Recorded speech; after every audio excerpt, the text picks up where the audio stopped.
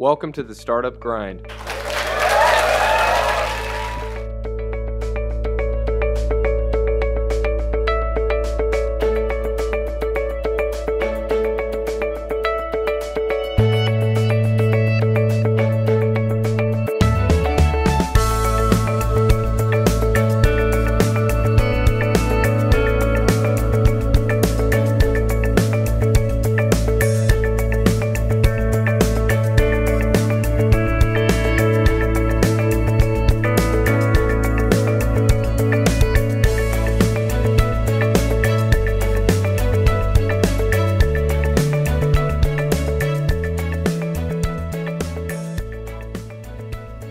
Tonight, I'm absolutely thrilled to be able to have at our event two people that I have admired from afar for a number of years, and who, in my humble opinion, represent what I consider to be the epitome of being highly successful serial entrepreneurs and rock stars.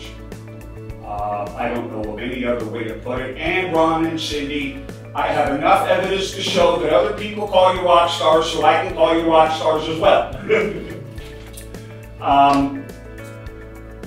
You know, they are the embodiment of what it means to be an entrepreneur and are a shining example of living the mission and the values of the Startup Grind organization. They are highly successful serial entrepreneurs who have practiced something to almost perfection, and that is a laser-like focus on a particular market and a particular set of products to really go after that market and create incredible value for their customer base. Their first venture was Next Network Security Wizards, where Ron wrote the original, it's called the widely used Dragon Intrusion Detection System, and all I can do is say it. I have no idea what that means, but we'll talk about that. They did it in less than 18 months. They went from ground zero to being acquired in less than 2 years. That, in and of itself, is an incredible accomplishment. Then Ron and Cyndi went and signed on, and they were offered opportunities with the acquirer called Infosys, and were there for a period of time, but continued. Once they had the entrepreneurial bug, once you got it, you got it. You can't lose it. And they began to see problems and opportunities in the market that they felt that they could address. So what do successful serial entrepreneurs do? They went out and started another small startup company. This company was called Tenable Network Securities. Now, this one took a little bit longer to kind of come out of the ground, but they had a successful exit in 2016. They exited from a company generating over $100 million a year in annual revenue, serving 20,000 customers worldwide in 100 countries, plus or minus, I think, and 625 to 650 employees. Guys, I can't think of a better success story than that. And it's my understanding in my research that what happened is Ron focused on product development. He focused on identifying those market needs, creating those solutions, and building a stellar first-class development team. While his wife and partner built the infrastructure and the organization that allowed them to grow. A married couple, serial entrepreneurs, two successful startups, working / living / raising a family 24/7, 365. There's an incredible set of management skills involved there. As a matter of fact, one of Cyndi's I read one of Cyndi's most strategic and most effective management decisions that did more to acquire and retain and keep incredible employees happy. She had an incredible management philosophy, and what she did is she went out every Friday and brought in donuts. Don't laugh. I can't tell you how much those little things mean to a group of hardworking employees. Okay, as I said, in 2016, they had a highly successful exit from Tenable, and again, doing what entrepreneurs do, and as shining example of living the startup grind values, what did they do? They turned around and they formed their own venture capital company called Gula Tech Adventures. And what are they doing is they're now giving back to the area that has been good to them, and they're investing in, mentoring, and advising a portfolio of early stage companies that are focused on cybersecurity. In addition to that, there are too many accolades for me to even begin to mention. I could be here until midnight and still not go through them all. At this point in time, ladies and gentlemen, I would like to introduce to you Ron and Cyndi Gula of Tenable Network Security.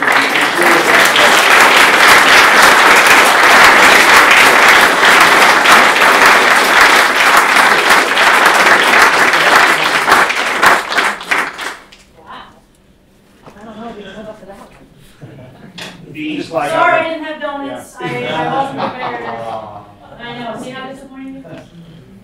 The other thing that is happening this evening is that we are doing this for the first time without microphones. Normally we have a complete sound system, but we were able to work it so that we don't have to sit here and hold a bunch of microphones.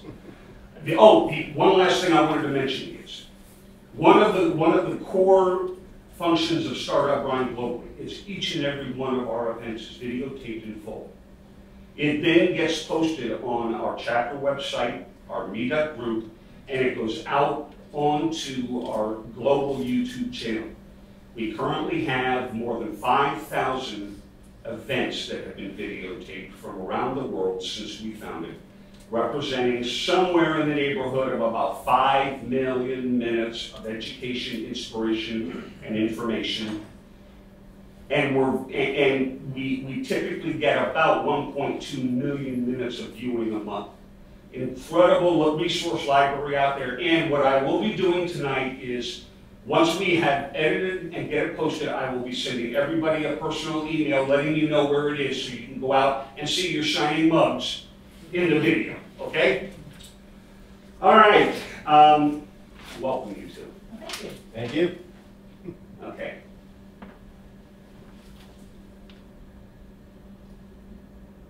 You're married. I like to say voluntarily related. And you can all use it. Oh, and by the way, this is not a formal fireside chat. This is, we're here to educate, inspire, and have fun. So there will be plenty of time for Q&A, okay? And this conversation may go in directions that I had not intended. Who knows? Okay, so incredible success story. Partnership, marriage, family, 24/7, 365. Even if everything else failed, how did you do it? Luck. A lot of communication. So I think a lot of the mistakes I see entrepreneurs make is they work 80 hours, 100 hours a week, and when they bring that work home, you know, they're not going home, they're going to work. So we were able to, you know, have that very concise kind of communication, but also do Boy Scouts, do Cub Scouts, do football, and make sure our kids knew about, you know, what we were doing. So they weren't surprised when they saw mom or dad in the news. And, you know, I just try to tell people, focus on what you're doing, have time for family. So in general, you never know what you're signing up for until you're in it. And once you're in it, you can't go backwards. You can't stop.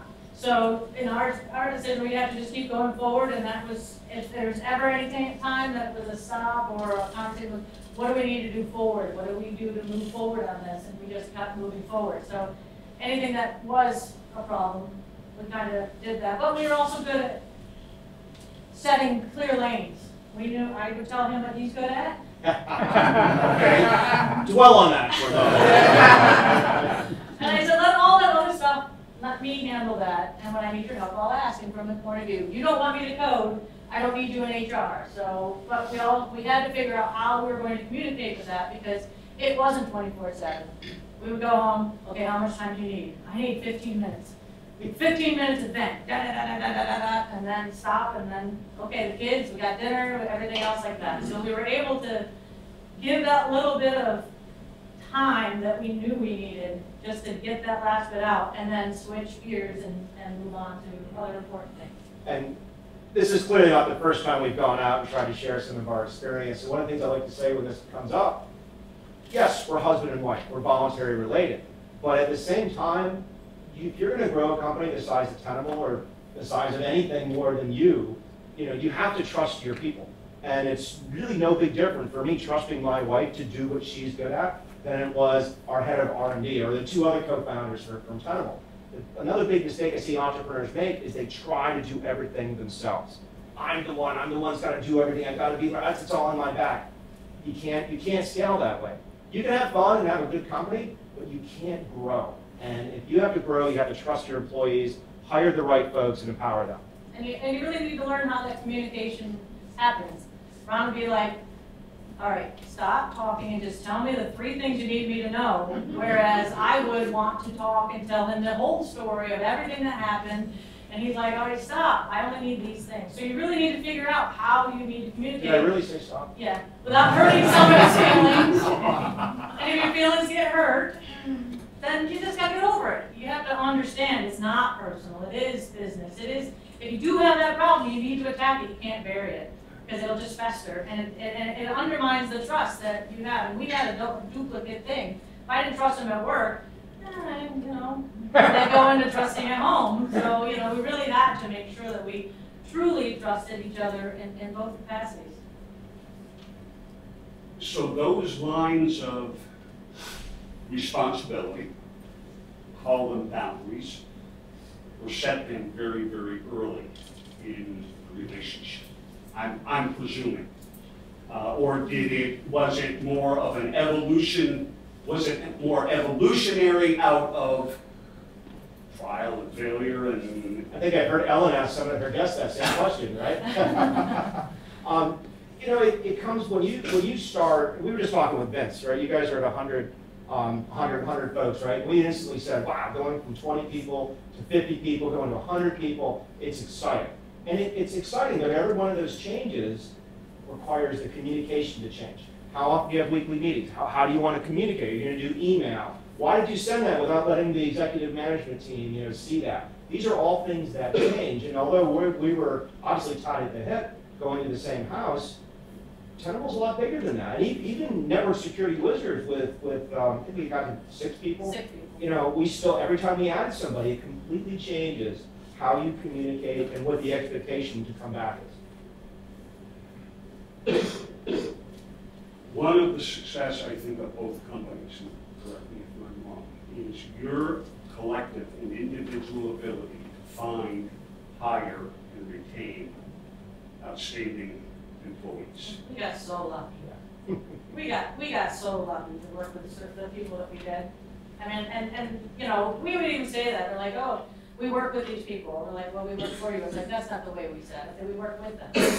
And that's a big thing. When I go and see other companies that are similar growth, similar scale, you know, maybe the CEO gets a lot of credit for being out there, but the first thing they'll tell you is, I'm not the smartest one at the table here. I've got so many more people that I learn from every day, and that's what you see. So I do feel very lucky for everybody who's come and worked with us and trusted with us.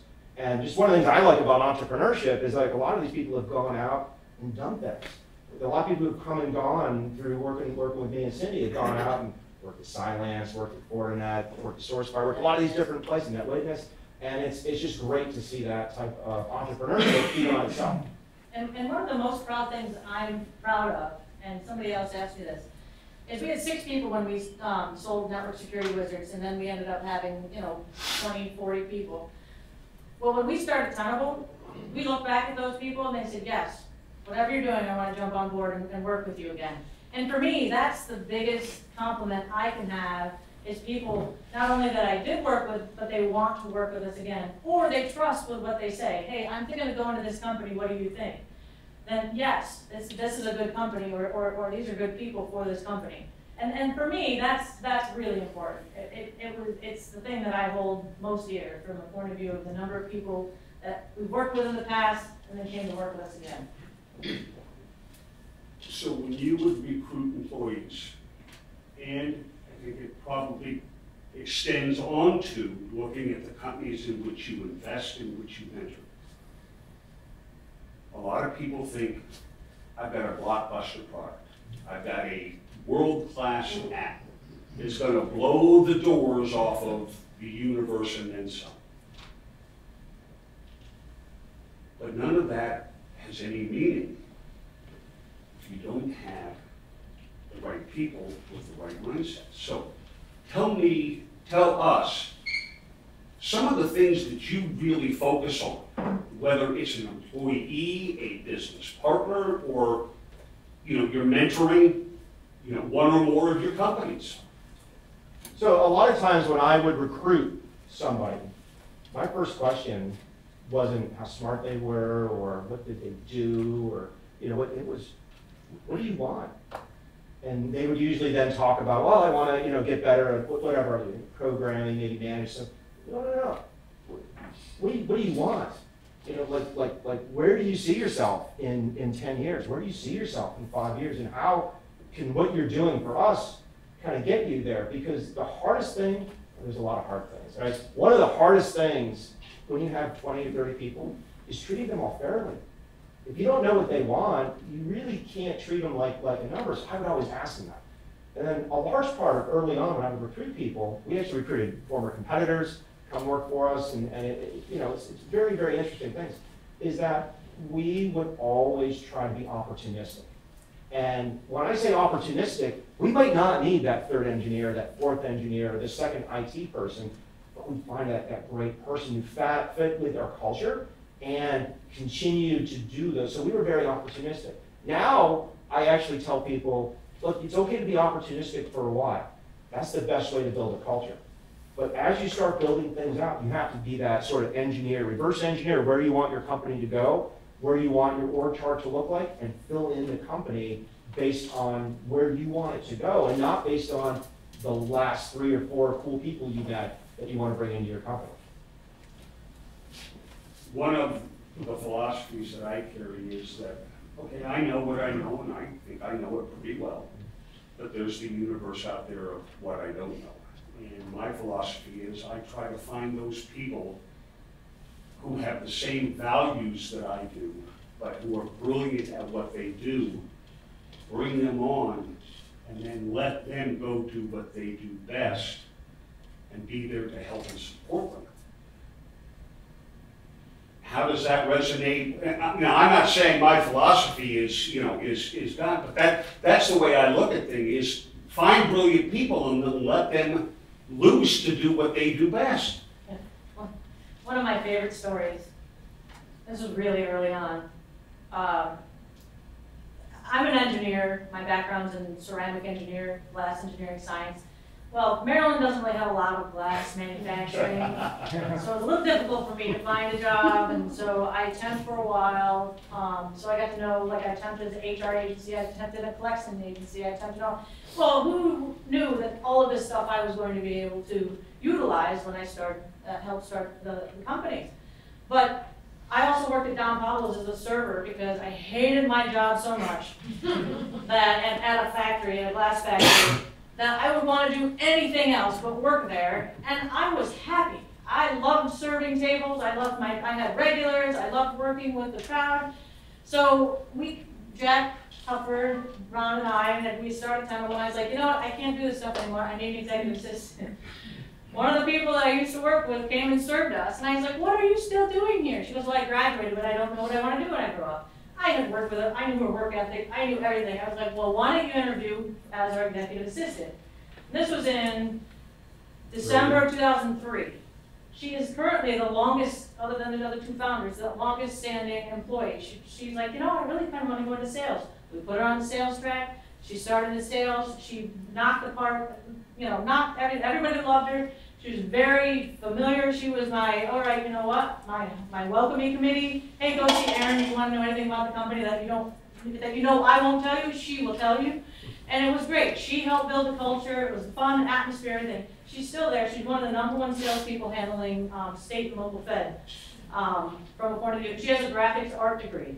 So from a point of view of just a happenstance, who you know, your network, knowing that really good person who might not know in themselves that they want to do something else or what they want to do, helping them grow into that and see something different is a great way. I just love giving people that opportunity. And you never know, you might be working on growing these people for 15 years. So.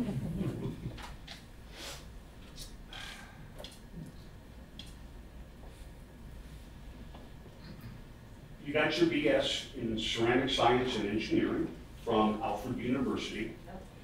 You got your BS in electrical engineering from Clarkson. And then you went on to get your master's in electrical engineering and computer information systems from Southern Illinois University. I happen to be an Indiana native. I won't hold that against you, I promise. Then you went into the Air Force, am I correct? Or did the Air Force happen before you went back to get your master's? Walk us through that progression real quick. So I wanted to be a pilot, and I was an Air Force ROTC, scholarship at Clarkson, and went to the Air Force, went to flight school. And the way I explain it is when you go down the roller coasters, that's like about 3 Gs, 3.5 Gs. Well, about 4 Gs is when I black out. And that's not a good quality. So I got back into computers.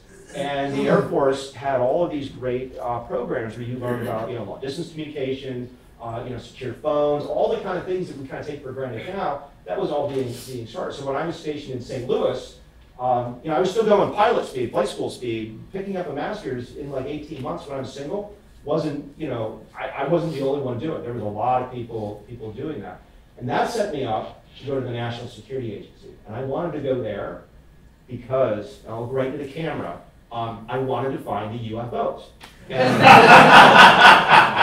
there were no UFOs at the NSA, right? That's not where they're at, right? But while I was there, I got to see the birth of what you guys call cybersecurity. And I say you guys because a lot of people who were doing offense and defense computer security, I had really good friends. I'm not going to call it cyber. That's like that Tron thing, right? We were information security professionals, right? There was a whole group of people who came before I did who had like invented all the rules of computer security. I got to see all that. And while I was there, almost everything I learned is still true today. Whether you're at Amazon or doing desktop security, it was a great way for me to be exposed to these kind of things, gaining a lot of confidence in making decisions about what we're going to do at Network Security Wizard, what we're going to do at Tenable, even how we invest today. When you were at Southern Illinois in St. Louis, did the two of you know each other at the time? But both of you did grow up in New York, am I correct? Correct. Okay. Big families, small families? I'm the youngest of 8. Okay, So, small family. Yeah. I'm the oldest of 3. Actually, my mom and dad are back there. Yes, Mr. and Mrs. Gula, please raise your hand. And growing up, did you, in your wildest dreams, ever think you'd be entrepreneurs? No. What led you to ceramics, science, and engineering? So I'm from a little town called Hartford, which is an hour south of Rochester, New York, which is close to Corning. So when I say Corning, people are like, aha, glass, I get it. So, and Alfred University was literally 20 minutes away, and I had 3 brothers and sisters go there and not be able to tell me what a ceramic engineer did. So I went and found out what a ceramic engineer did. And so my specialty was in glass. So, and so then I graduated, I moved to Syracuse, and that's where Ron actually is from, is Syracuse. And our now sister-in-law set us up on a blind date. That's how we actually met. And this was NSA. after, this was while you were at NSA in the Air I Force? literally used the line, I could tell you what I could do, but I'd have to kill you. I asked him if he was in the mob. Because in New York, not a lot of government, thought process there, so. What, as both of you were growing up, what, as you look back, what lessons did your parents teach you? Or lessons that you learned? I have to answer that with my parents in the room. Yeah. So, yeah, no, really easy. Mom and Dad, thank you for teaching me about thinking through problems. My dad fixed computers for IBM. You've probably all ever seen phone bill that he probably touched one of these days. And my mom was a nurse, but she was very involved with church, very involved with her school, and she taught me how to interact with people. Not that my mom doesn't know how to work a computer and my dad doesn't interact with people, but that's what I learned from that, yes. And being one of eight, very competitive, very active in sports, but my mom was, and my dad was like, well, if you don't know what, figure it out. You go figure it out, If you want to do this, you figure it out. You work hard. You don't expect anything to come to you. You don't expect anything to be given your way. Just go figure it out. And, I would ask for things and nope, can't do it. I'm like, all right, great. Then, move forward and just keep going forward and control the things that I can control, which was myself, my grades, my future, and not worry about my brothers and sisters and what they were doing, even though they all turned out great, but from my point of view, it's touch and go there for a little while. And if I remember my research correctly, Ron, you've had an interesting number of intermediary jobs, even before NSA. One was, I believe, delivering pizza. Mm-hmm. One, I believe, was repairing air conditioners for a major air conditioner manufacturer. And there was a third in there someplace, but I can't remember what. Maybe it was a bookie for the mob.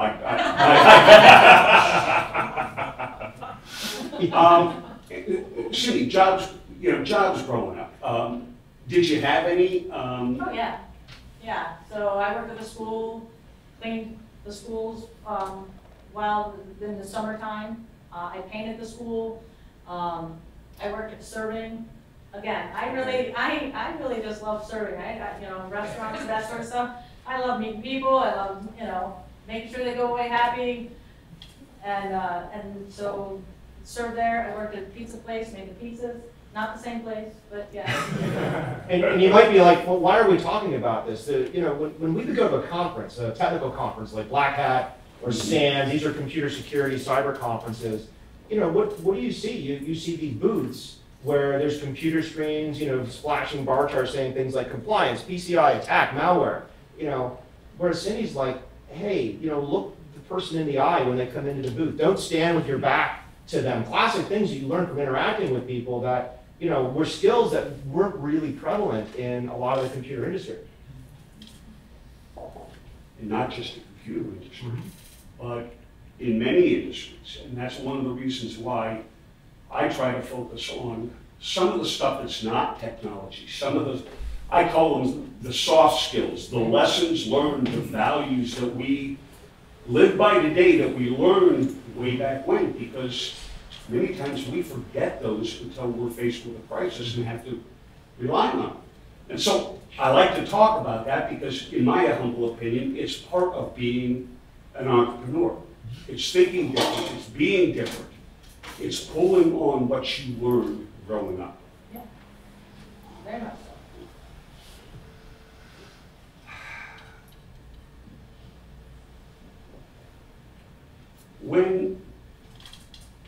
When you look at companies now, your portfolio companies, and we've already talked about one, what I call the ICTM syndrome, which is I can do everything myself syndrome. Number two is many startups hire friends, not complementary skill sets. When you look at these emerging companies and consider them for your portfolio, give us some insights. What are you looking for? What do you really focus on like a laser? What means something to you in that company? So when we started the company, Cyndi was the one who named it Adventures because, of course, it's a venture capital fund, but it is an adventure. It could last 18 months. It could last almost 18 years if we think about Tenable. We're focused on cyber. So we try to be very focused on some sort of computer security. Could it be commodity, something for your phone, something for an enterprise, something for that maybe a B2B person might, can Amazon just buy this for their customers, for example. So we try to focus on that. But the big thing we want to do is make sure one of two things.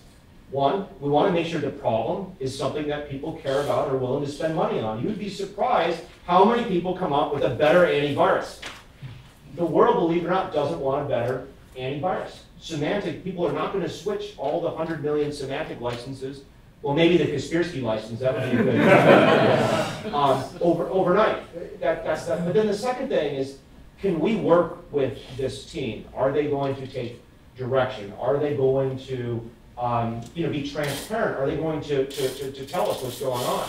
And it's been an interesting thing. Now we've made what I consider small investments on the scale of venture capital. But that's because we have 20 years of running companies and not 20 years of being investors. So we've taken most of 2017, and we might even do most of 2018 before we announce something a bit bigger. Trust. Trust is a big thing for me from a point of view because I trust what that person's telling me because it's going to need a longer term piece. I mean, he says transparency. That's another thing. This area is historically conservative. That's the way I've been told that was a nicer way of saying paranoid. But so you really have to expose yourself in order to get them to expose and really be able to build that trust. Because I know when we started, people tried to give us money, and I was like, "What do you want? What are you talking about? Why? What does this mean? What do you?" And I was so adverse of taking any money because I didn't trust that they were trying to help me or help us. And it was, what do you want? What are you trying to take away from me? So from a standpoint of really being able to develop and nurture and understand that trust, saying, and now, Ron's good with this is good money because of X, Y, Z. So taking money or going to TEDCO and looking at the state and looking at other programs, it has been a really beneficial step that we wouldn't have taken when we started. And so knowing now what we didn't know, how does it go? Knowing now what we didn't know then, something else like that, however that goes. We're hoping that we can impress upon other people that there is a way to get that money without people stealing, and they really do want to help.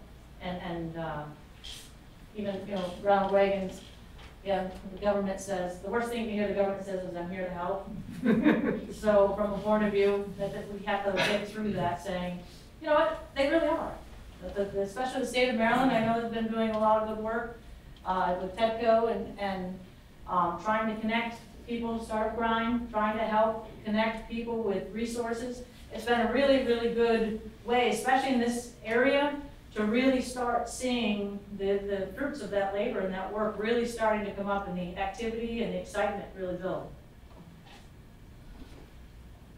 When the two of you started the first company, did you have any mentors, any advisors? Did you acquire them as you went along? Did you seek them out? And I'm asking this question because you have structured Gula Tech Adventures, and I love using the word adventures as opposed to ventures.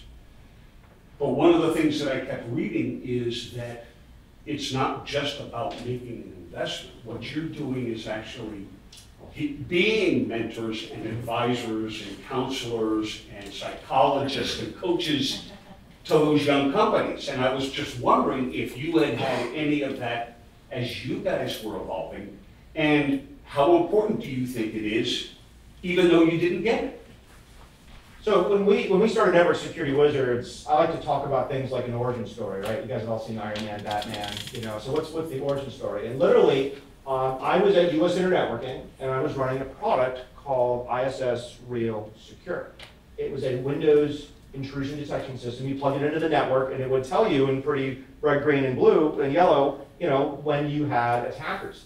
And I couldn't do much with it. It was very out of the box configured, you know, the way it was, and I wanted to do something a little bit different. I said, I think I can write something that can use a new operating system called Linux, right? Open source, ooh, right?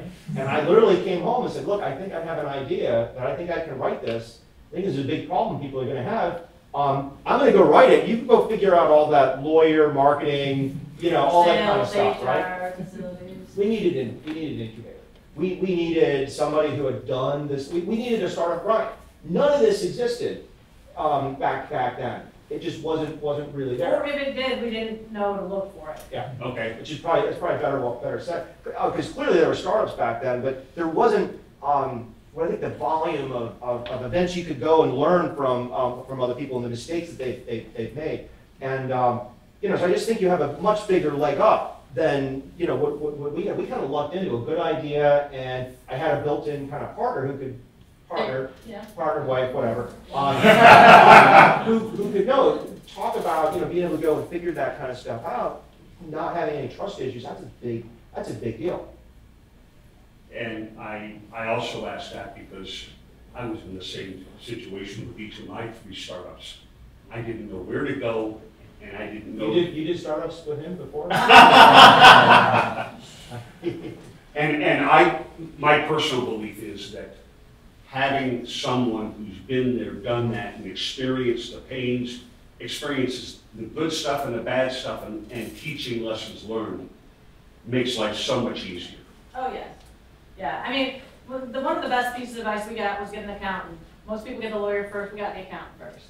And I don't know why or whatever, we lucked into a great accountant that helped us get a lawyer, but he would sit with me and explain why I need to do expense reports, why it's important to make sure that everything's coded in the correct whatever. I'm like, oh, boy, this is so boring. We went into this voluntarily? So I was like, okay, well, as long as I give you the data in a way that you need to digest it, then good. So from a point of view, it was early on, I knew how important that was, and I made sure all of our employees did exactly what I needed and enforced it and did all the stuff. There was no letting it slide.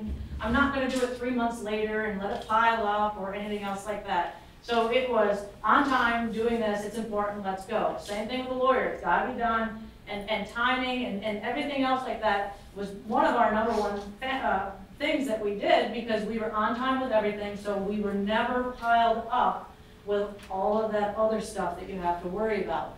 And that really did make it easier and cleared the way to then have those difficult conversations with legal and other things. When we hired our first employees, I had my employee contracts. I had all that stuff. I didn't have to say, oh, well, let me check on that. I had everything, I understood, was able to explain it myself to the employees, and that helped them get trust in me that we were going to be doing what we said we were doing and being able to back that up. And that was important for the relationship between us hiring people. It was just important for them to choose to come to work with us as it was for us to work with them. 2 comments on advisors and just getting things going. So one, you should be getting advisors, board members, depending on how big you are, of company sizes that you're aspiring to be. So if you're 20 people now and you think you're going to be 200 people within 18 months, you should get some people on your board who've run a 200-person company. They don't necessarily have to be in your industry. It's better if they did. But then the second thing you want is people from your industry. Right? If you're, you know, the world's best cotton candy manufacturers, hopefully you've got cotton candy people in your portfolio of people who are helping you.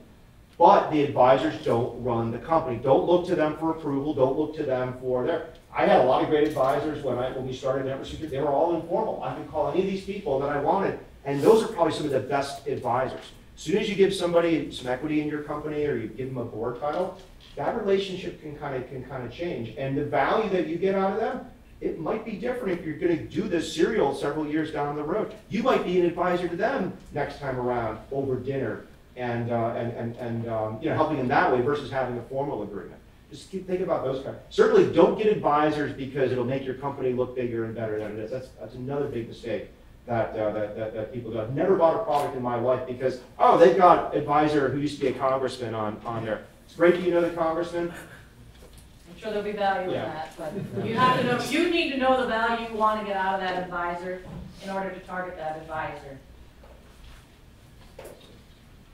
Which raises a couple of interesting things. Number one is the fact that Ron was and is, quote unquote, the face of the company. And he can have it. Okay?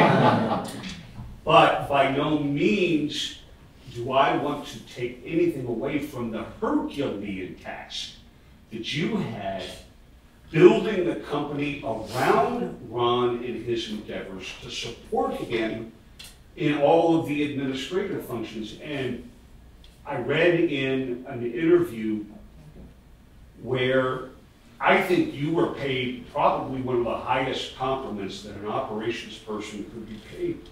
And that is when you were going through your acquisition by Emphasis. You guys began the due diligence process, I think, about 18 to 24 months in. The whole thing was after 18 months. And the statement was that the due diligence team from Emphasis had never seen a due diligence package put together the way that you, Cyndi, put it together, because as I understand it, you were responsible for that while Ron was continuing to build the company. Am I sign the documents? Oh no, I appreciate that. I mean, again, it was literally, you learn, you listen to your accountant, you listen to your legal, you learn how to read. When the company that's buying you or looking for due diligence asks you for XYZ, you give them XYZ. There's nothing else to give. There's nothing else to do. There's, well, hem and haw, we made it hemmed and hawed on, well, do we deliver this month's date or this month's date because it's not ready? So I mean, from a point of view, right, it didn't seem, it wasn't a game, it wasn't a this or that. It was what they asked, I delivered, and it was very programmatic. But again, I'm an engineer, and I think that's just the way I think, and that's the way I execute, and moved it forward that way. So I appreciate the comment, but. Yeah, one other thing that you talk about the face of Tenable and whatnot. So we had a couple founders at Tenable. And myself, we had Jack Hufford, who was actually on that acquisition team, okay, you know, from Interisys, that we started Tenable with. And Renaud Darrison, the author of Nessus, joined. And you know, this is an interesting question, right? When you say who are the founders of a company, we have a couple companies going through this right now. You know, can you know, at what point? You know, was it your idea, not your idea, or are you both founders? Is the third person a founder? I'd say it's important to make those decisions early on and be very, very clear. And one of my biggest regrets with Tenable is not putting Cyndi out there as a founder, because right away you see the two last names, you realize we're voluntary related, not brother and sister. Oh, it's a mom and pop shop. And I actually think if we did that at Tenable, we struggled early. At some points we had $20, $30 million of revenue, $40 million. And people still thought we were like a 10-person company, 20-person company, and that would have really hurt us, you know, which is kind of interesting. So just think about that when you're all going to go home and talk to your spouses and say, hey, right? But just think about that when you start going down. The conversations you're making now could have huge ramifications down the road. And don't make assumptions. Don't assume that the industry analysts are correct in saying a husband and wife working together is a bad idea. Don't assume that they're right. Don't assume that they say your idea is a bad idea, you're never going to sell anything. You know what? It's just like in some cases with a doctor, you need a second opinion. You shouldn't get one opinion on things like that because quite honestly, as we've definitely seen in the last year election and everything else, there's a lot of opinions. And I think people are getting a lot more free about giving them to you, whether you want them or not. So again, it might not be, either the potential is you might not be selling the idea correctly. So you're honing your marketing message every time you talk to somebody. Maybe they didn't hear what you wanted them to hear because you didn't say it in the way that they understood it. So you might talk to a woman, and I might hear something completely different. If you talk to Ron, he might hear it right on from a point of view. So you really need to make sure that if your advisors, people you're talking to, anything else like that, that you do get more than one opinion, that you actually get used to talking about your idea and honing it, and having people challenge you, going back and forth of saying why that's not a good idea. Go back and say, well, why do you really think that? And really challenge that key. One of the things that I heard out of there, honesty and transparency, which we talked about a little bit ago. I don't think that could be stated enough. So just on the honesty and the transparency, this is a very difficult skill to master, but you want to talk to the public, you want to talk to the media, you want to talk to an analyst, you want to have your website, you want to have your employees, and you want to be able to talk to your kids all the same way. It's really, really difficult to do. And I've seen people, they'll give an interview, and then they will literally go into a board meeting and say something completely different. And I'm not talking about lying. I'm talking about like what's our priority, what's our market fit, where are we at? And we all do it. If you're a leader, you have to compartmentalize and put yourselves in with the empathy of who you're talking to. But it's so difficult to talk to an IT person and an engineer and a marketing person, and then perhaps your county representative, all in the same day without doing those context switches. If you can master that though, your life's going to be a lot simpler, because then it's a lot easier to have that honesty and transparency. Okay. I would, there's so much that we could talk about. There really is. But one of the things that I really picked up on in all the, getting to know you, is some of your views on this area and this region, and things that you see that we're doing right and we're doing wrong. And this is not any kind of self-aggrandizement on my part, but that's one of the things that I saw when I decided to form the Startup Grind chapter, is that Silicon Valley has been beaten into our heads. And when I did my business case for this, I sat down and I did a rough calculation. I said, we have 2 to 3 times the raw resources that Silicon Valley did when they first started. Ken, please don't hold this against me. But one of the things that I have seen is we haven't learned how to get out of our own way and let the good things happen. And what are some of the things that you two see that we're doing right and see that we need to be doing a lot better on in order to reach our potential? I'm not saying that we need to be the Silicon Valley of the East Coast. We need to be the Chesapeake Bay cybersecurity biotech hub. You want to share some thoughts? So this is at the forefront of, I think a lot of people in the room. The world's obviously changing, and the comparison of how do we do against Silicon Valley has been something that's been thrown around a lot. And the world is so, it's a global economy. It's so easy from a cyber point of view to have anybody start a company anywhere they want. Israel, India, China, wherever, Canada. I got pitches from England, the other day. So why this region? Well, this region has a couple things going for it. One, we've got 40 years of information security know-how. So before when there was cyber, we had the NSA doing signals intelligence. We had the CIA, doing different things. We had the governments, we also had AOL. We also had large companies. We also had, Baltimore was the #1 place for finance at the time. And then we've kind of lost our way a little bit.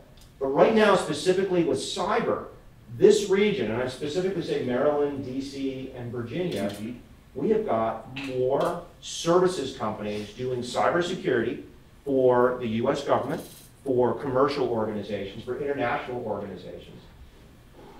And we already have great companies like Tenable, like SourceFire, like ZeroFox. Mm-hmm. One of the big reasons that we started Gula Tech Adventures is we didn't see the next 10 Tenables. And it's not just kind of a fancy way to kind of look at things. We actually think this region is already the capital of cyber in the world. We do more for cyber in so many different dimensions than any other part of the world. But when we talk about companies and products and technology, it's a bigger opportunity for us from an economic point of view. If you go to work for a consulting organization in cybersecurity, 90% of the people there are going to be cybersecurity ninjas. They're going to be certified, they're going to have experience, and they're going to do great work for their customers. It's hard to scale that though. At Tenable, we had cybersecurity ninjas, but it was a small percentage of the company. Cyndi, are you a cybersecurity ninja? I am not. They call her Sinja one right? But that's the point. I think for this region, if we're going to really lead, we need to have more cyber tech companies. You could say software companies, you could say cyber companies. We have more computer science people in this area. We have more cybersecurity people in this area. And we have this cyber apocalypse coming. And I hate to kind of put the gloom and doom. I used to be, because the trends we saw at Tenable were going in the right direction. The cost of exploits on Apple iPhones was like $1 million, $500,000, depending on how you count it. Microsoft's actually doing a really good job at patching things. Yet you have Equifax, yet you have Sony, yet you have all these other things going on. We're only one major cyber breach away from having FEMA going into a town or a company. So I really believe that the only way to prevent cyber Armageddon is to actually have cool new cyber companies that basically help overcome the shortage of people. And those people have to be from this area. Because if we just kind of duplicate technology that's out there and not innovate new ideas, we're not going to be able to win and defeat the next type of cyber apocalypse that happens. And cybersecurity, even growing up into it osmosisly, inheriting it, it's a mission-based problem. You're solving a mission. And all those people who have been working in the military, for the military, in service-based companies, understand that. It's in their DNA. It's a mission-based problem that people are trying to solve. So again, this area doesn't need to be taught the mission-based mentality. We need to leverage and get out of some of the services company and productize some of the great work that they're doing, because the government needs and the commercial needs are certainly coming together and becoming the same. So what the government needs a lot of the time, the commercial organizations also need. And so we really need to make sure and provide ways and places for those engineers or those developers to be able to come out and productize their companies. One final question, and it's probably going to be the most important question you'll ever get. And that is, in an intergalactic battle, is it Star Wars, Battlestar Galactica, or Star Trek? So we're married because of Star Trek, right? Oh, yes. That was the only reason we got introduced. No, we both like Trek. We were both engineers, and we both like Star Trek. That's why our in-laws and his brother decided that they set us up on a blind date. So we do attribute Star Trek to us meeting. We enjoy all forms of science fiction, and we're watching Orville right now. Any Orville fans? They're right? So that's good. We love Rick and Morty. Any Rick and Morty fans? There you go. So kind of let you know how with the Gula household. So yeah, I would answer it a different way. I mean, I would definitely say Picard. Although I love James Deaker, Picard is my favorite. So I'll answer it that way. So just give me Picard and I'll be good. I want to be on this show. So we were very lucky to have dinner with Secretary Ben Carson. And we went around the room with a number of different people, and they said, "Who's your favorite superhero?" And when it got to me, I said James T. Kirk. I kind of picked up on that. Okay, two sons, RJ and Andrew. Both grown, both out of the house in college. They can't wait for it, but. Both in high school, senior and sophomore. Okay. Their ambitions. Are they going to take after mom and dad, or are they going to, do they have other interests? They have, they're very different. You know, one is more into online multiplayer games, and the other one is more into the desktop laptop games, right? No, they both play football. They both are doing real well in school. Good in math, weak in English. That's you know, that's pretty much. Yeah. The senior though is looking to go to the college that I went to, the university, for the same degree I had. Because he knows he doesn't like to program, but he likes to get his hands dirty and do work with his hands. So I'm hoping we'll get an engineer out of that one. You know, if you have kids and you guys are successful, you're probably going to get into the media, get something written about you, maybe a press release. You'd be surprised what comes in. When we announced our first Series A, which was the $50 million, there was a lot of coverage of that. And you know, the principal at the school actually brought the article from, it was Baltimore Sun and they brought it down and they read it in the classroom when our son was there. And that was, we did not expect that. So after a while, hey, a lot of Tenable stuff, wearing stuff at school. But then, you know, when the kids hit the teenage years, it was like, yeah, no, I don't need another Tenable shirt, Dad. No. I'm not going to be that kid, you know, so. But before we open it up for some Q&A, any additional thoughts, lessons learned, experiences that you would like to share that might be of value and benefit to our community? Enjoy what you're doing now, because eventually you're going to not enjoy being up here, telling us how you didn't enjoy being up here. No, seriously, enjoy it. When we stepped away from Tenable, people say, well, why are you doing that? I'm like, I really enjoy startups. I really enjoy doing that. And rather than doing just one, we're doing like 25 now. So enjoy what you're doing. If you're not enjoying it, you probably should change something. Yeah. And the follow-on, I just feel like we build on ideas. Ron had an idea, building a better IDS. So one of the big complaints our customers have with an IDS, you turn it on, you have all the false positives. So we identified that as a problem. Simple, gee, if we could correlate the intrusion to a vulnerable system, that's much more of a highly qualified event, and that would help the customers more. And that was the onus of Tenable. We brought in Nessus, the vulnerability information, and correlated with the intrusion detection system. But that wasn't exactly what people wanted. So we had to pivot, and it was just vulnerability, hygiene, and went that way. So don't be afraid to start and pivot. I mean, it's not a failure to have an idea and move into a different direction when everybody is telling you this is where the winds are going.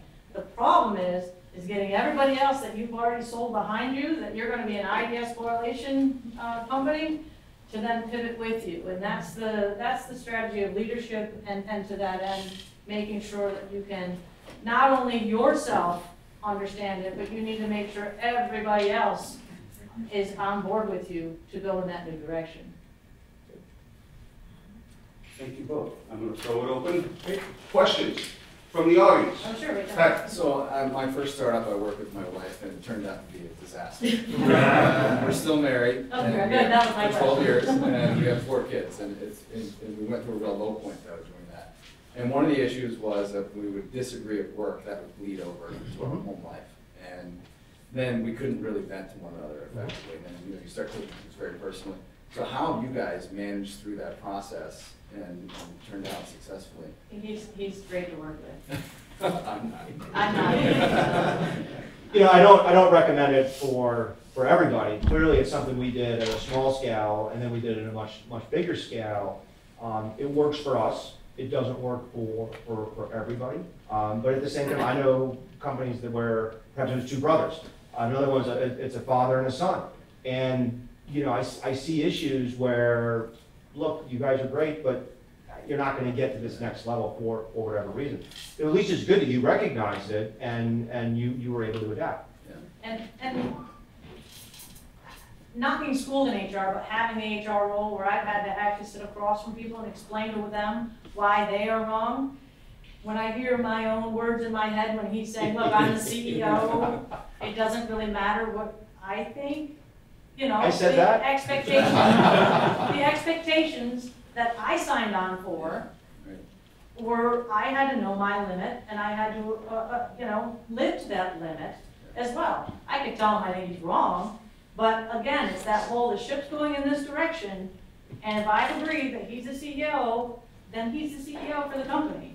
So, you know, you really do have to have that balance of work and home and one or the other. So it is dicey. Like I said, he's really great to work with. I mean, that's why his ratings are great on Glassdoor and everything else. But it is, and he's definitely talked me down quite a bit from quite a few shows. But now I can talk other people down to say, hey, you know what? You really need to look at it this way. This is the bigger picture. This is why it needs to be that way. So it's experience. Yeah. It's experience. We survived. Just a show of hands. Anybody work with a spouse, brother, sister? Excellent. Excellent. Excellent. Do you want to? Yeah. Never mind. Any other questions? So being a new startup in the manufacturing facility, my partners and I, it's three of us, myself, there's a lot of hat wearing as far as management, accounting, procurement, things like that. My two partners are great at what they do. One's a machinist, one's a fabricator. What would be the best, being so early in our endeavor, as far as recruiting more teammates? Now outside friends, oh, you started your own company, like, can I help? Not so much, you know, we're good friends, I want to keep you, we'll see you at the bar, but, you know, when it comes to business over personal, you know, I kind of want to keep that separate, but what would your advice be as far as starting to build a team to kind of, because I'm starting to do a lot and overwhelm myself and stress myself, 14-hour days, what will be the best plan of attack going forward? Ask yourself, what can you give up? And when I say give up, I mean really give up. Because there's certain things that you know you're not going to be able to give up, even as much as you say that you think you will, you won't. And you have to be honest with yourself. And when you start thinking about what you're planning on giving up, that'll help you identify what kind of person, knowledge-wise, that you're looking for. And then, yeah, interview is I feel sorry for one of our interviews, the very first interview for a sales engineer. He lived in Georgia. Well, we thought it would be very cold to put him up in a hotel, so we interviewed him and then said, no, you're staying at our house. So he stayed at our house, we hung out and everything. We got him to the airport the next day, and he tells this story like 8 years after. He goes, yeah, I was a wreck. And I was like, oh, well, I thought it was cold to put you in a hotel. We flew you all the way here from Georgia. We didn't want you to be alone. Versus, oh my gosh, I can't believe I put you through that stress. So, he's still at Tenable. One of our greatest employees and things, but I never even saw it the way he saw it and things like that. So, I mean, if you can survive something like that, then he's probably a good employee, or she is. So, but again, it's really, you have to hone down to be honest what you're able to give away, because if you can't give it away, that means to them, it seems like you're not going to trust them to do it, and you're going to micromanage, and you're going to overmanage, and things like that. So that's what I would suggest. Couple points on that. So how many people here have maybe 2 or 3 founders that they're working with? So a couple. So the question I always ask people is, if I took 3 of you and we split you up, and I asked you all the same questions, what do the other 2 people do? Would you all be on the same page? And then the second question would be, does everybody know everybody else's compensation, the equity that's in the company? Because if the 3 of you, in your case, there's the 3 of you aren't on that same page, go into that first regular employee who's not founder stock, maybe they have options, maybe they're depending on, maybe they're part-time, maybe whatever. How they interact with you is going to be rough. And a way around that is to have an org chart. And I know everybody wants to be flat and have very interesting org charts where we all work hard and stuff. But an org chart really does help you answer those questions. Who do you work for? What do you do? What are the expectations of that? And even with your friends, your co-founders, maybe, and I'm not a manufacturer person, that's why we stick to cyber, but like in cybersecurity, there's QA. Maybe you have founders and Larry's doing the QA. But in the org chart, someday there's going to be a director of QA that has 5 reports reported to that person. Maybe Larry's not, maybe Larry's a founder, he's going to report to that person because we're going to hire the world's best QA person. So that's org chart lets you all sort of navigate these issues. Does that kind of make sense? That makes sense.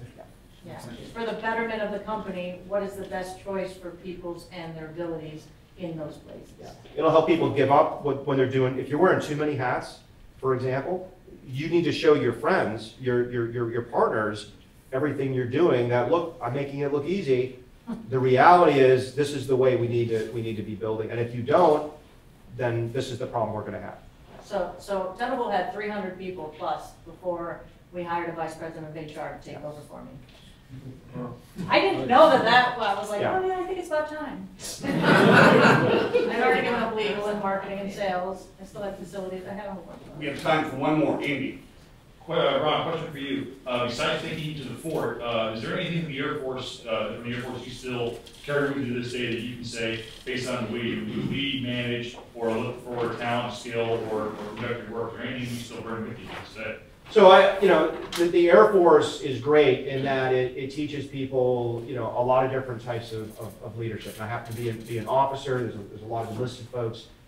And you understand that basis of communications. And when I went, I was at 5 different places, depending how you count it. I got to see a lot of different lieutenant colonels come in, generals come in, and they all have their own management style. And I got to see a lot of things in communication, that what I liked and what I didn't like. And since I was a second lieutenant, first lieutenant, I was actually close enough to the people who actually got stuff done to understand how that resonated. And I think I learned that subliminally, like what I think works and what I think doesn't work, how I talk to people. Like the one that one of the reasons at Hannibal that I did, well, I would walk around. Those 300 people, I'd walk around, what are you doing? And some people are like, holy cow, the CEO's stopping by. And I'm like, dude, I want to see what your pattern matching algorithm is. And so that, I pulled that out of the Air Force quite a bit. And then, Air Force, drops bombs and shoots things down, and cyber's part of that. So I never lost that either, right? And that's the world we're heading towards. So good question. Thank you both very much. Very well. What we have are 4 young local startups, and what they're doing is they're competing for your investment. So and during the first hour and a half, their responsibility was to introduce themselves and to sell you using only their interpersonal influencing and communication skills. No PowerPoints. They could use unique props to support what they were saying, but it was all, the goal for this showcase is to give them the opportunity to be in front of individuals selling their company and selling themselves and their vision, and then being up here under a little more pressure, doing the same thing one final time in a 3-minute speed pitch. So, that having been said, here's what's going to happen. They've got 3 minutes, no more. We've got a cowbell or a gong, and you will be stopped, and each of the startups, will be given a 30-second warning so that you know that the time's up. Once we get, and then there will be a couple minutes for Q&A with each one. Then at the end, we're going to pass all of the investment buckets that each one of them has, and you get to make the final decision. If you haven't already invested, this will be the time. We're going to count the money real quickly, and whoever has convinced you to invest in them and has the most investment wins. Now, when I say win, these are not quote-unquote monetary prizes, because at this stage, money to startups is meaningless, almost. Okay? Say that again. No. What we've done is structured it so that every startup walks away a winner with something. And they're in the form of value-added services. Some consulting, HR, some social media, some strategy and business plan development assistance, okay? And we have a special prize tonight, which I'll go into more detail, for the most disruptive technology, okay?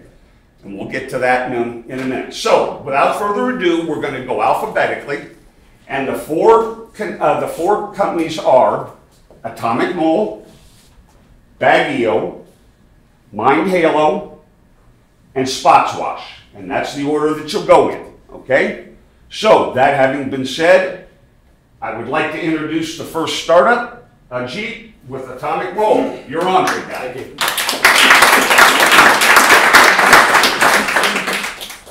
Thank you, Chris. Sorry, my voice is a little bit off today, so my apologies if it goes up and down. So yeah, I'm part of Atomic Mole. We are a cybersecurity product company. So Ron and Cyndi, I hope you have your checkbook handy. And after I'm done with my pitch, I'm sure you're going to add a few more zeros to that. So a little background on me. My background is in internet protocols. I started my internet protocol career with the network time protocol, NTP. My advisor and for my PhD thesis was the father time, Dave Mills. So I did a lot of the NTP work, and my code still lives in the NTP protocol. I then went to internet protocols like IP multicast. I've got an RFC on IGMP. And then since then, I have built routers, and I've been working with protocols for the longest time. So I basically live and breathe packets, day in and day out. I got into cybersecurity about 8 years ago. I was with a company called Fidelis. I headed multiple sensor divisions over there, and then I finally founded Atomic Mole just over a year ago. And Atomic Mole is all about the IoT, which is the Internet of Things. And the reason why my background is so important for IoT is that with IoT, the only thing you can actually do is to look at how these devices are actually communicating over the internet. Okay, that's like the best way to analyze their behavior and see if there are any vulnerabilities associated with them. Now the IoT market is going to be huge. 36 billion IoT devices in the next 3 years. By 2020 is what the estimate is. We're like at 9 billion or so right now. That's a 3 trillion market opportunity, and security is supposed to be 0.725% of that 3 trillion opportunity. So I just want 1% of that. That's like 300 million. Okay? So if I can get the 1%, I'm set. And by the way, IoT is this disaster that is waiting to happen. There is very little security with IoT today. There was this Mirai botnet attack that happened, and if you read Wired magazine from a couple of days ago, there is a Reaper attack that is going to occur in the next month or so. That's the prediction, which is going to be even larger. 30 seconds. So if you want to invest in a company that is on the cusp of taking off, Atomic Mole is the one for you guys. Okay, thank you.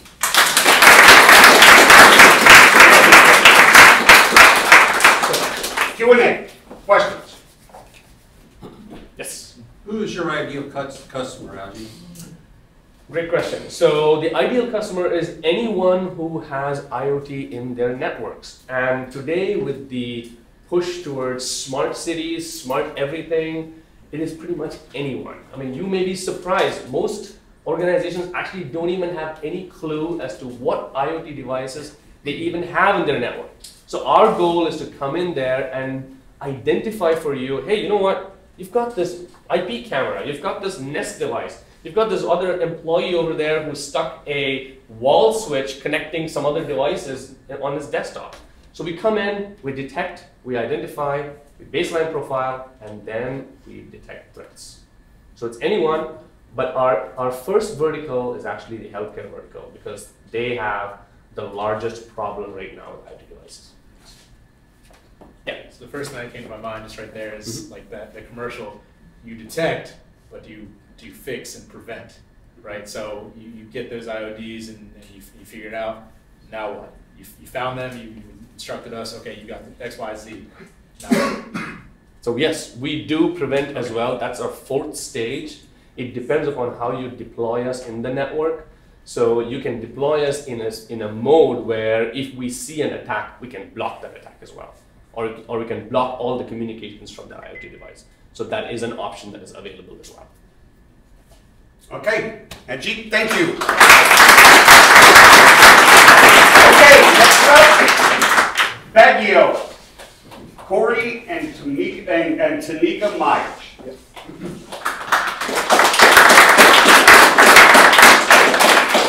You're on. All right, so Ron and Cyndi, we're voluntarily related as well. There you go. Picture this. Everyone has gotten to the airport only to realize that, hey, you had forgotten that charger out of that carry-on. Or maybe you've gotten to the gym only to realize that your gym bag was missing your AirPods. Well, Baggio was founded just to kind of solve that problem. Rushing out of the house and forgetting something in your bag. Picture this, Tanika and I, as we said, we are voluntarily related. We're married and we have a couple of kids actually. And we went to a wedding. We went to a wedding with our beautiful baby girl who had a need to be changed. And once we realized that, we just grabbed that diaper bag, went to the bathroom, only to realize that there were no diapers in the diaper bag. So we went home literally that night after missing the wedding and buying a new dress and spending the entire wedding at Target. We went home that night and searched for solutions, and lo and behold, there was none. My background is I am a patent attorney by day, and Steve is a CPA, so we were able to kind of put our heads together to kind of solve this problem, sketched it out that night. So, obviously we started our prototype, if you guys have had a chance to check it out, is a diaper bag. And it lets you know what's in the diaper bag. But we are going into other verticals, and we're really excited about us going into the commercial aspect of things, where we would partner up with construction companies and electricians, plumbers, that type of service industry that really rely on being prepared to go out and do their job. So our technology would let them know that they are prepared before they're leaving and making sure that they have their things when they're going. So I know everyone's wondering, is anybody interested in content management? Well, there are two major companies out there. Tracker made $3 million in 2015, and Tile made $100 million in 2016. And that's exciting for them, which is great, but how it's different from us is that you have to individually tag all of those items.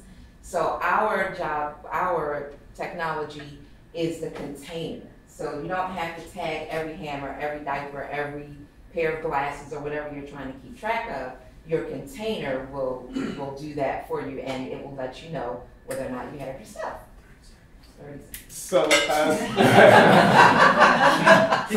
some salient investor points. As I mentioned, I'm a patent attorney. Baggio does have a patent on this technology. We're really excited about that. We are not a bag company. Everyone always thinks that we are a bag company. No, we are a technology company. Our goal is to partner with existing bag manufacturers and existing service companies such that we can use our technology to make their lives better. Inventory management, resource management, etc.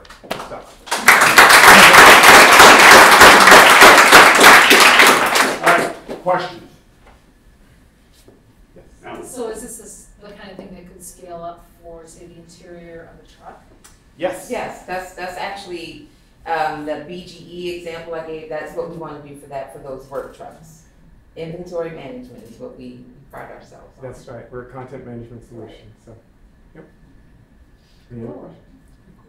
Yes. Have you looked at government customers? Is this a commercial? Yes. So we have a friend of ours, a good friend of ours, is fairly high up in the U.S. Army, and we're kind of partnering with him to get in front of the right procurement person.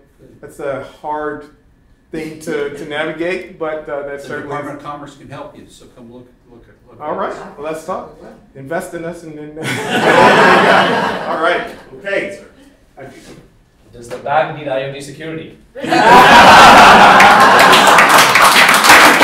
guys, thank you. Okay. Next up is Mind Halo, and the founder here is Mr. Patrick Minster. Patrick? So I'll start with a quick question. Is anyone currently caring for someone who has dementia, or maybe has cared for someone who has dementia?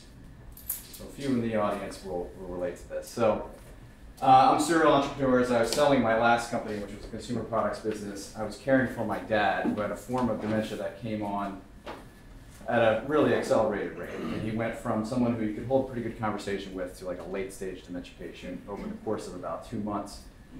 And so my whole family was sort of thrust into this caregiving role, and we had multiple professional caregivers coming into the home, and we were sort of spread out all over the country trying to manage my dad's care in one way or another. And it became quickly evident to us that we all sort of had our own unique observations about what my dad needed.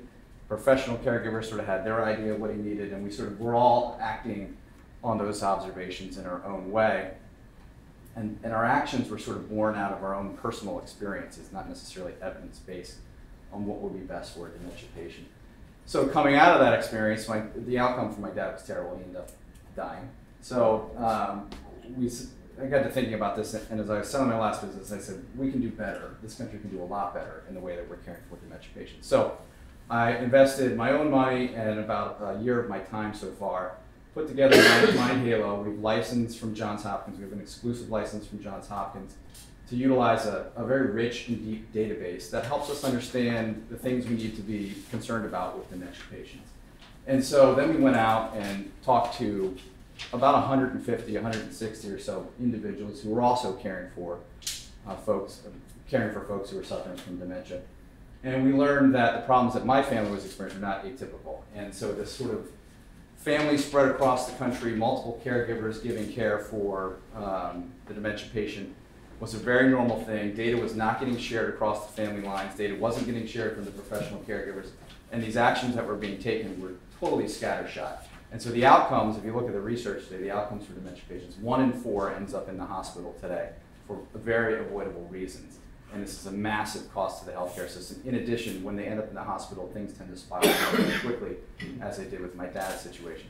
You also end up transitioning to a higher level of care a lot faster if you're not really being diligent about the coordination of care for these dementia patients. So with our Hopkins database, we put together a solution that allows us to integrate, pull together all of the data that we're collecting from families and professional caregivers, look at that data longitudinally over time, identify the trends, and then implement effective and evidence-based interventions with the families. And from this, we're able to lower caregiver stress, keep patients in the home independent longer, and reduce the overall cost of care for these patients. So if you want to live your life out in as independent a form as possible, you should definitely invest in MindHalo. Thank you.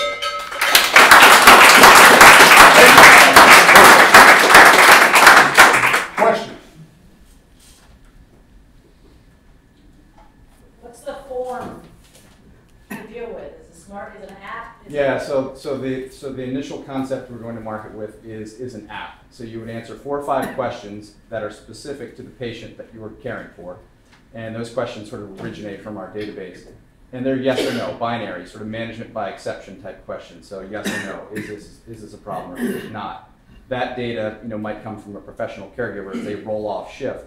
And then a family member may have their own observations. We aggregate all the data together. It may be on a daily, weekly, or monthly basis, and then you're able to look at it longitudinally and identify the trends. Is it, Go ahead. I just want to know, are you planning to branch out towards families of terminal patients as well as other, because you talked more about families being spread out and caring for someone. Are you focusing only on dementia? So today, the secret sauce in our company is the database. The database tells us the things to go out and observe for in a dementia patient population, the trends that are indicative of the emergence of a crisis situation, and then the types of interventions to use. So not having sort of a comprehensive database outside of that, we probably wouldn't focus on that here in the near term, but certainly that would be an area of opportunity down the road. Good question. Yeah, how are you going to monetize? Terrific question. Healthcare is incredibly revenue challenged. So there are two models for distribution. Through senior living facilities. Senior living facilities very often have independent living communities inside of those facilities.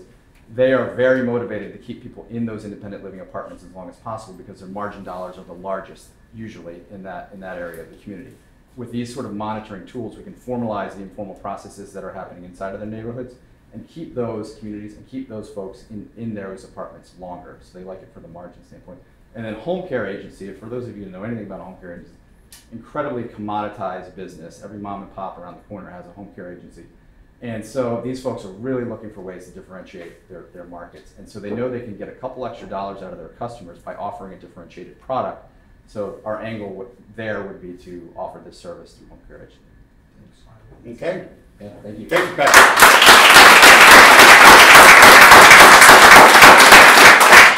Okay, last up is SpotsWash.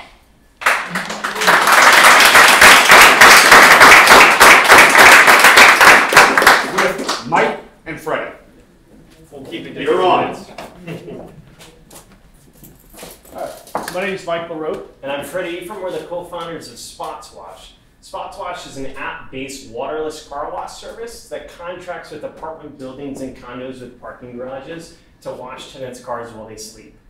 So how does this all work? So we like to make SpotsWash as simple as possible and get your car cleaned in 30 seconds or less. So you take your iPhone, you open up the app, you select the date and service, and then you push the wash me button. So then we get a notification on the back end letting us know what needs to be completed, and then we go in the middle of the night, clean your car while you're sleeping. You wake up, take your car and go about your normal day, saving you the 20 to 30 minutes you wait typically in line to get your car cleaned.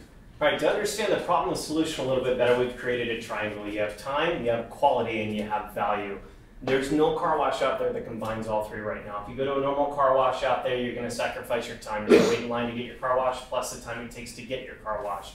The value, they're typically not super cheap to do that. The quality, you do get that. If you want to take it to a gas station car wash, you're going to sacrifice your time depending on the line. Sometimes you can wait 20 minutes for that. You're definitely getting the value, but you're certainly sacrificing the quality. They're terrible. If you want to do it yourself, you're definitely going to get the quality, the value, but you're absolutely going to sacrifice your time. I wash my own car without this stuff. It takes me 2 hours, but I'm kind of anal about that. So, and then the last one, you have Concierge Carwash. That's not a foreign concept.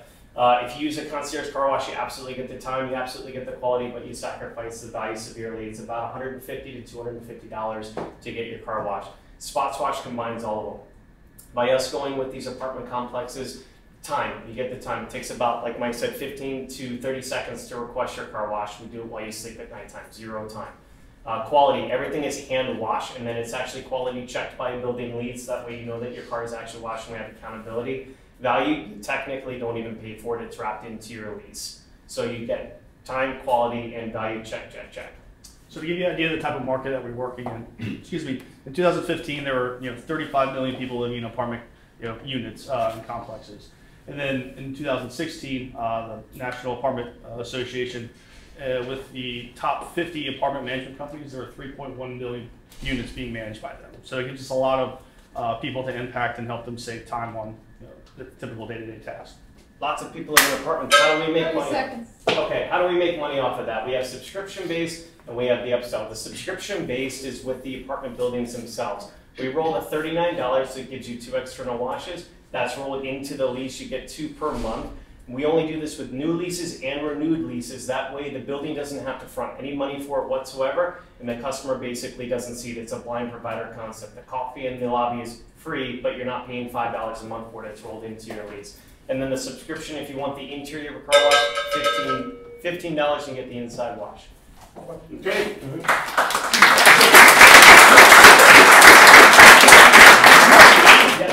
Two questions. Well, how many cars have you washed so far? We're a startup. We need to get the app developed before we can actually implement the process. Okay, and the second question is, have you planned being visited by the police late at night in somebody's garage as their car? No, because we do it with property management companies. We already have everything set up with them. It's only with apartment buildings with parking garages and condos with parking garages. We're not just going out to random cars and stuff like that.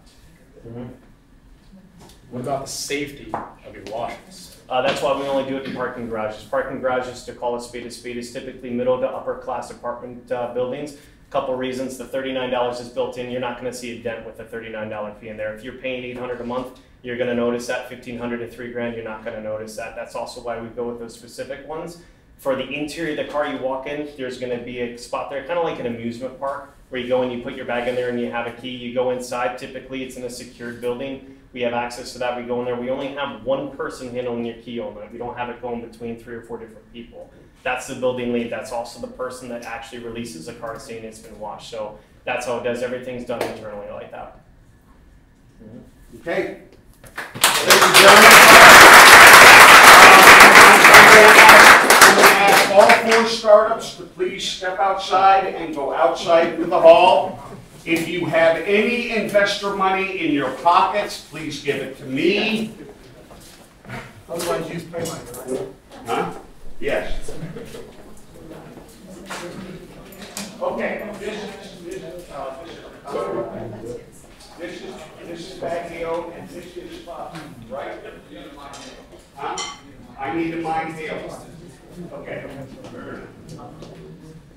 All right, guys, this is what we entrepreneurs do. All right, we've got 4 investment buckets, okay? I'm passing around Baggio now to invest. No, I'm asking you to pass it around. Whether or not you want to invest is your business, okay? This is Mindgrub. This is SpotsWash. And this is Atomic Mold. Okay, can I get some help? And you all finished? Here, let's. Yep. This is Mindgrub. Mindgrub. I know this is a little crazy.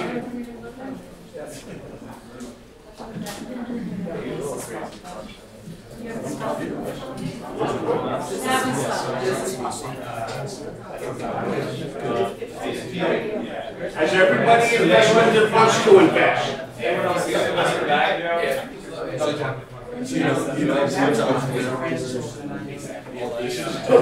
Right here. This is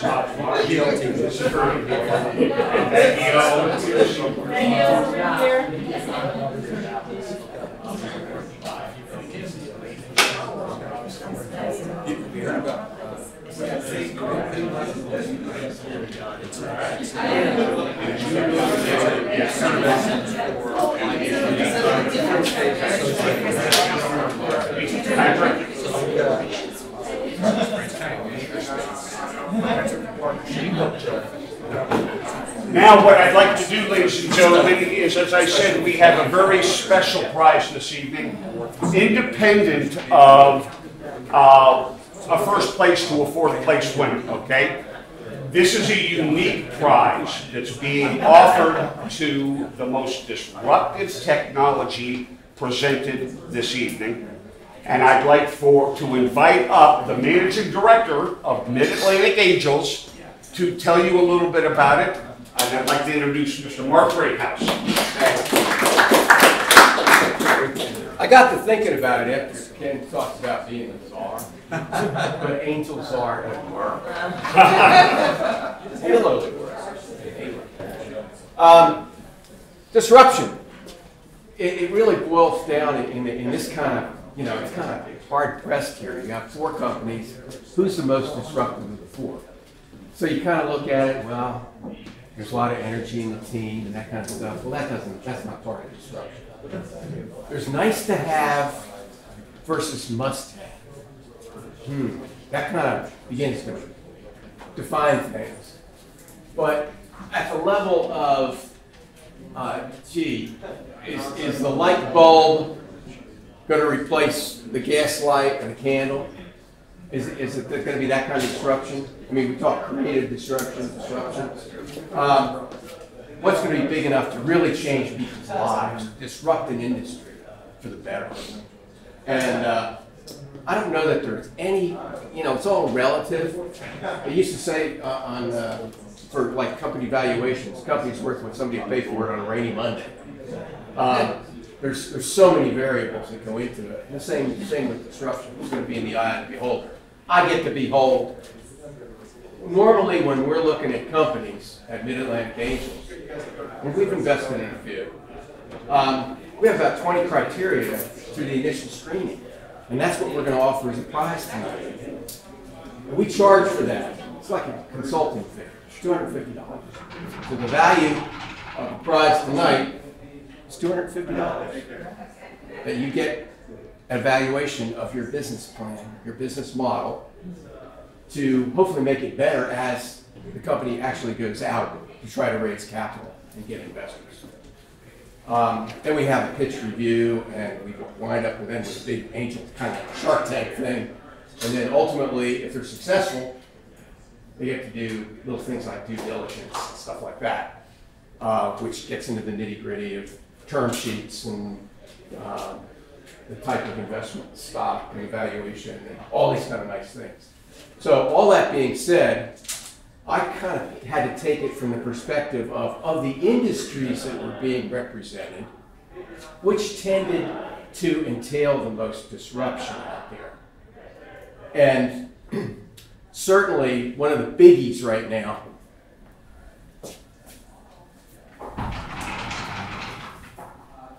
is security. And so... Morning, guys. Morning, guys. I'm sorry. Yeah, my fault. And so, as I was saying, it's... Do we stay up here? No. You're get comfy. As I was saying, it kind of came down to a decision based on in the industry. And right now, Larry, you are really the driving industry out there that is really tops of people's mind, a lot of people's minds and concerns is cybersecurity. And so my choice for most disruptive technology is atomic mold. So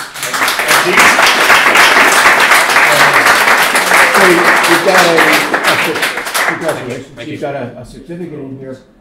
Call me and set up. We'll talk by phone, and then we have an evaluation that we do of your business. Better prepare you as you're out ready to look for any capital that you might be seeking. Absolutely. Okay. All right. Thank you very much.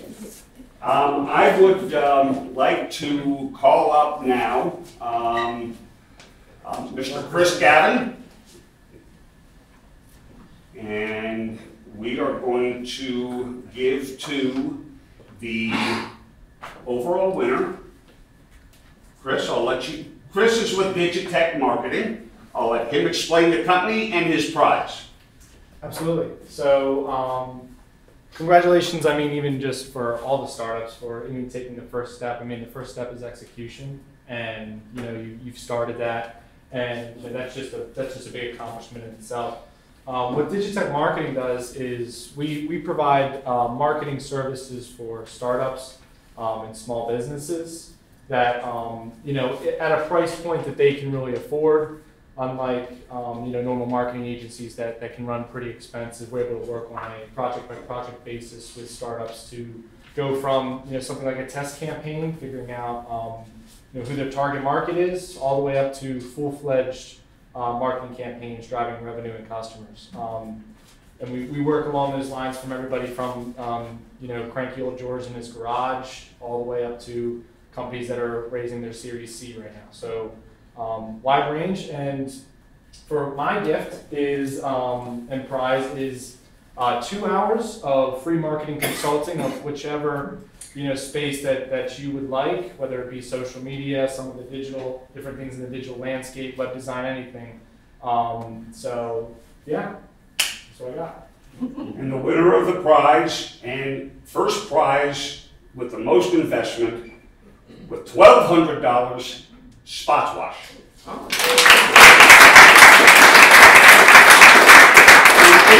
addition, Startup Grind is giving them a 1-year, 12-event pass to any and all of the next year's Columbia, Mid-Maryland Startup Grind events. So, Chris, I'll let you do the honors. Hey, thank you so much. Really, really good. And I'll let you two connect. And that's your certificate. Great, thank you so much. Yeah, go ahead. Okay.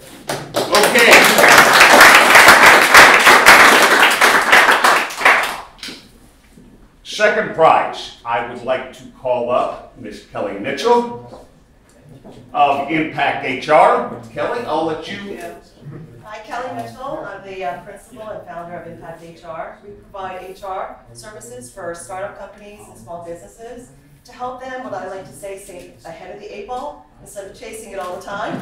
So when it comes to thinking about recruiting, when it comes to thinking about some policies, processes, procedures, we're here to help. So our prize is a 2-hour free consultation for the winner. Okay, and the winner of the second prize is Baggio.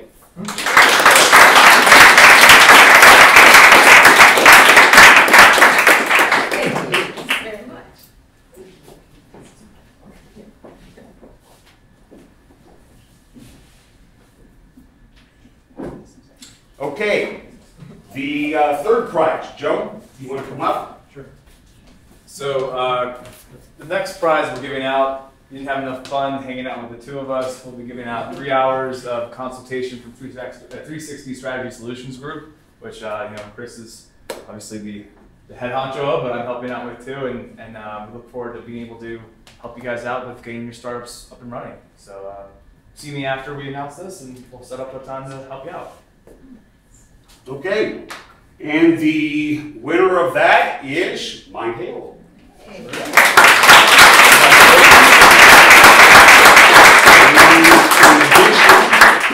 You receive a 3-event free pass to future startup grind events.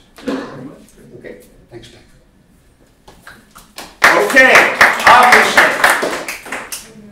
in last but not least, but that's okay because he did a wonderful job. Ajit, why don't you come on up, and you actually walked away with an incredibly valuable prize, okay? Just so you know, SpotsWash had $1,200 voted for them.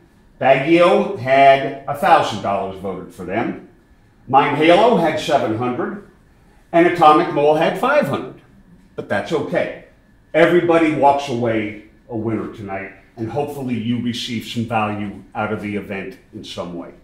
And with that, I'd like to present you with a 3-event free pass to Startup Grind. Thank you very much. Okay? Thank you.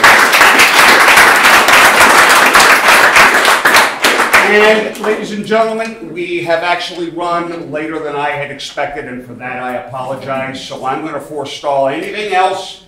If you want to know anything about Startup Grind, you want to get involved, please see me afterwards, or you can find me, get my card and we can talk later on. Thank you all. I hope that you walk out of here having received more value than when you walked in. And if you have, then I've done my job. Thanks, everybody. Good night.